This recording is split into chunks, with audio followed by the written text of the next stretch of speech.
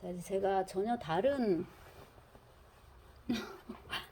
완전 다른 책에 대해서 하나 더 찍어보려고 하는데 이거 방금 읽었는데 재밌어갖고 다는 못 읽었고 자살론이고요. 저자는 천정환입니다. 천정환.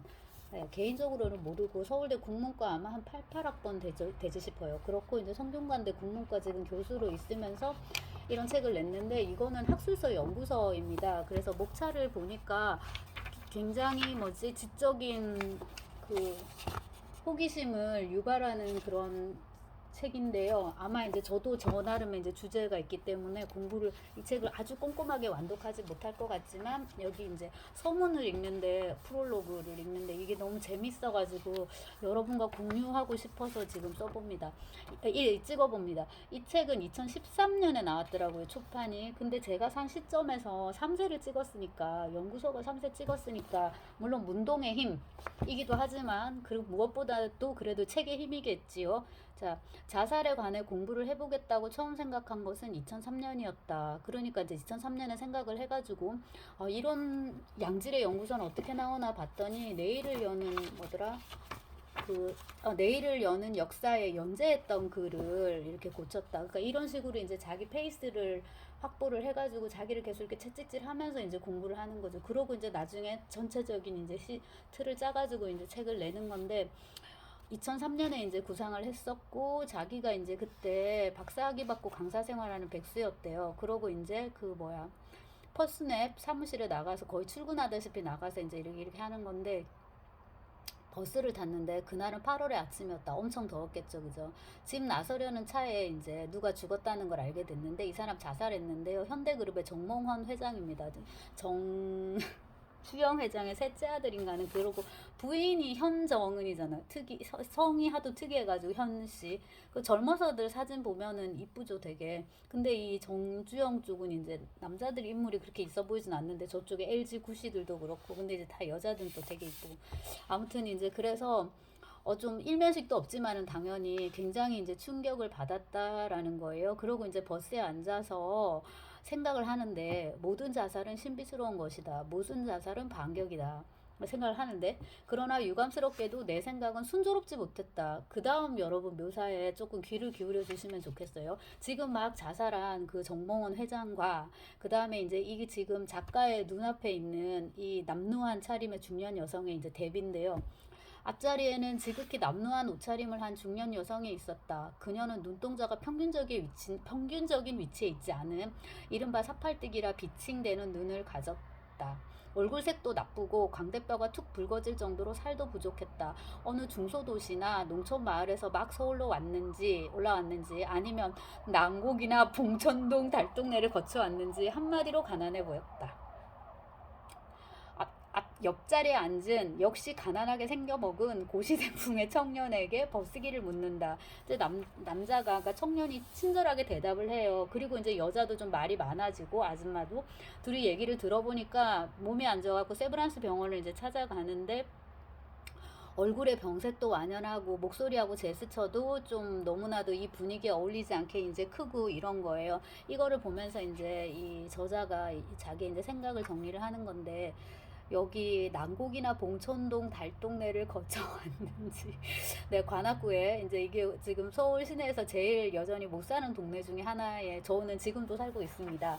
그래서 이제 신림 구동에서, 지금 이름 바뀌었는데 대학동에서 유학 갔다 온 다음에 제가 봉천 7동에 자리를 잡았는데, 신림동에서 봉천동까지 오는 데만 얼마나 힘들었는지. 박사학위가 무려 필요하고 거기까지 오는데. 그 다음에 이제 봉천 7동에 살다가 지금은 봉천 4동, 그것도 이름은 바뀌었죠. 계속 이쪽을 이제 전전하면서 관악구 구민으로 살고 있고, 관악구 구민으로 사는 것에 어떠한 뭐도 없어요. 좀 우리 동네가 좋아 이런 쪽인데요.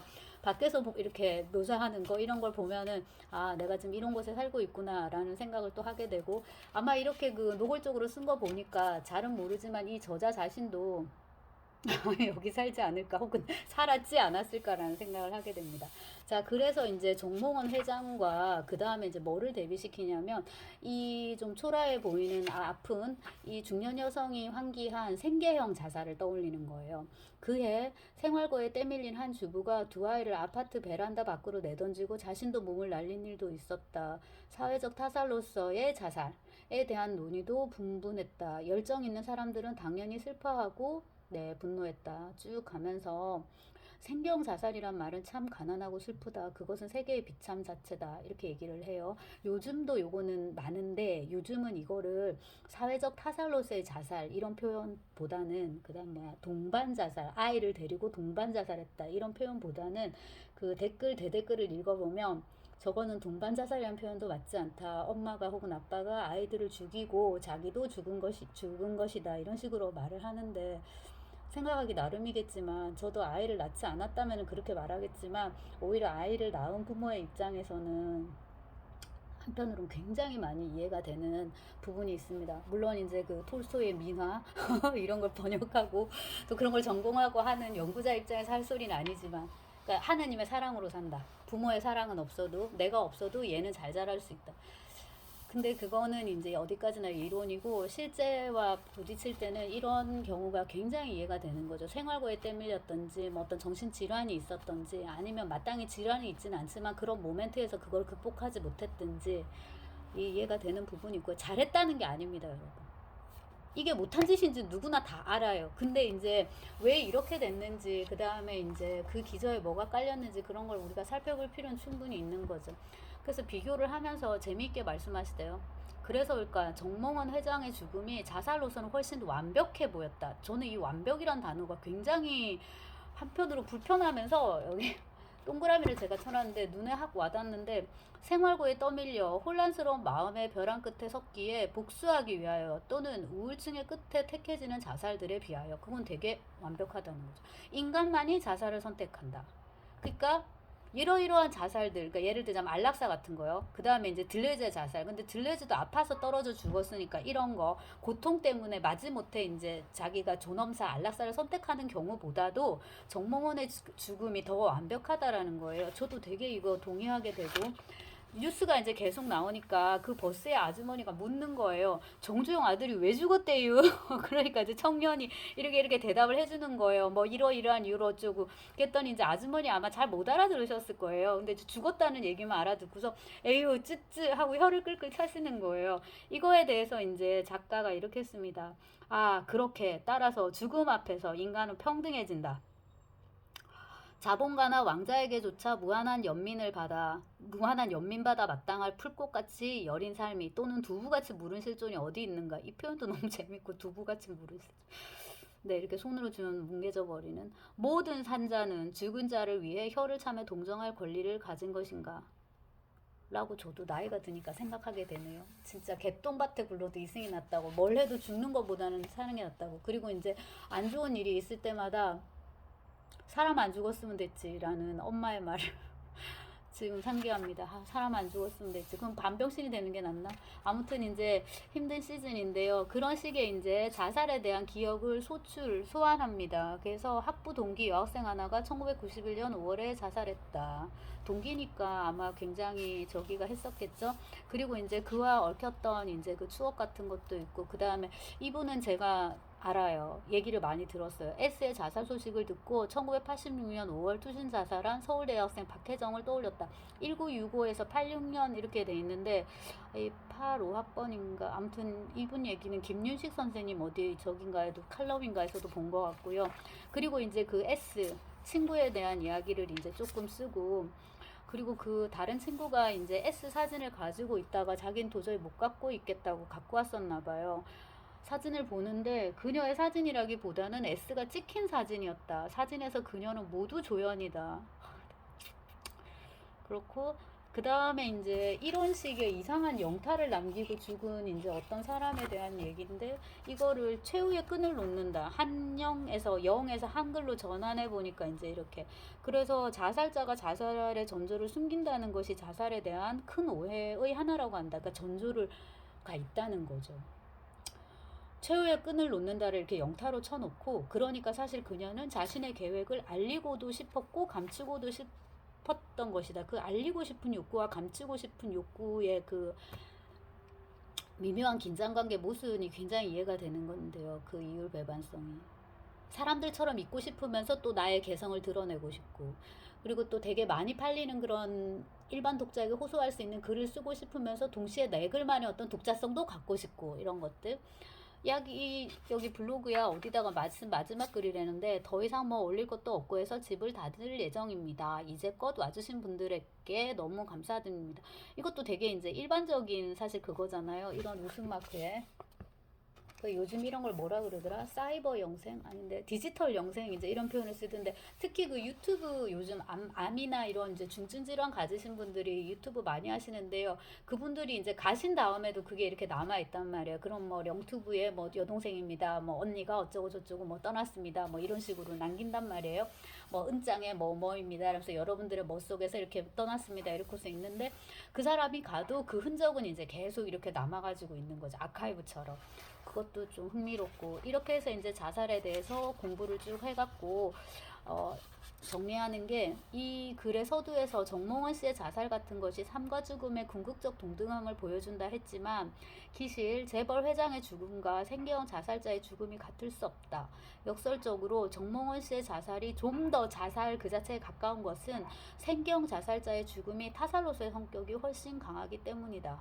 맞죠? 다 동의가 돼요. 근데 또 다른 한편으로는 재벌들은 자살도 못하는 라는 생각이 조금, 그러니까 자살 그 자체 퓨어하게 순수한 어떤 자살을 실현할 수는 있는데, 다른 한편으로는 자살을 통해서 동정도 얻기가, 어떻게 보면 동정이나 공감을 얻기도 더 힘든, 그 사람들도 어떻게 보면 재벌로 태어나고 싶어서 재벌로 태어난 게 아닌데, 뭐 그런 생각도 얼핏 해보고, 그 다음에 이제 19세기가 끝나는 시점에서 쓰인 뒤늦게의 명저 자살론 이래 여러 작가들이 자살론 탐구해왔다 하는데, 뒤늦게의 자살론은 제가 다시 한번 들춰볼 지금 계획인데요. 이렇게 해서 이제 이렇게 연구서를 낸다 하고, 마지막에 저자가 이렇게 씁니다. 자살은 숭고하고 가장 비극적인 죽음이다. 쭉 가서 이런 얘기를 이제 우리가 좀 하는 게 죄송할 때가 있잖아요.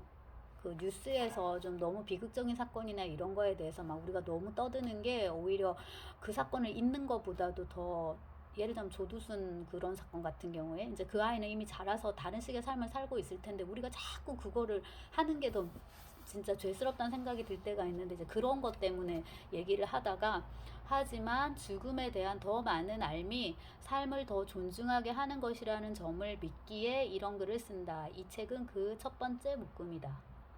죽음에 대한 더 많은 알미, 삶을 더 존중하게 하는 것이라는 점. 그러니까 결과적으로 우리가 삶을 더 존중하고 사랑하고 아끼고 그렇게 하기 위해서 이 죽음에 대해서 생각하고 쓰고, 또 이제 쓰기 위해서 또 다른 사람들은 뭘 썼는지 또 열심히 읽고 이제 한단 말이죠. 그리고 이제 이 천정환 선생님은 국문학도니까는 한국에서의 자살 해갖고, 그다음에 이제 국문학, 그다음에 이 선생님도 약간 건보드레 선생님처럼 문화사 쪽인 것 같은데요. 그런 것들, 자살과 자기개발 사이에서, 그다음에 마음의 봉건으로부터 역적과 양반가들의 집단 자살, 이런 거 이제 잡혀가면 막 뭐가 되니까 뭐 그런 거라든지, 그다음에 이런 것도 재밌을 것 같아요. 정사, 그러니까 서로 사랑해가지고 같이 죽는 거 있잖아요. 다자의 오사무 소설 같은데 많이 나오는 그런 것들. 그다음에 정신질환하고 자살, 그리고 마지막이 자살 문제에 대한 근대 국가와 사회의 대응, 이런 건데, 자살이라는 이 문제를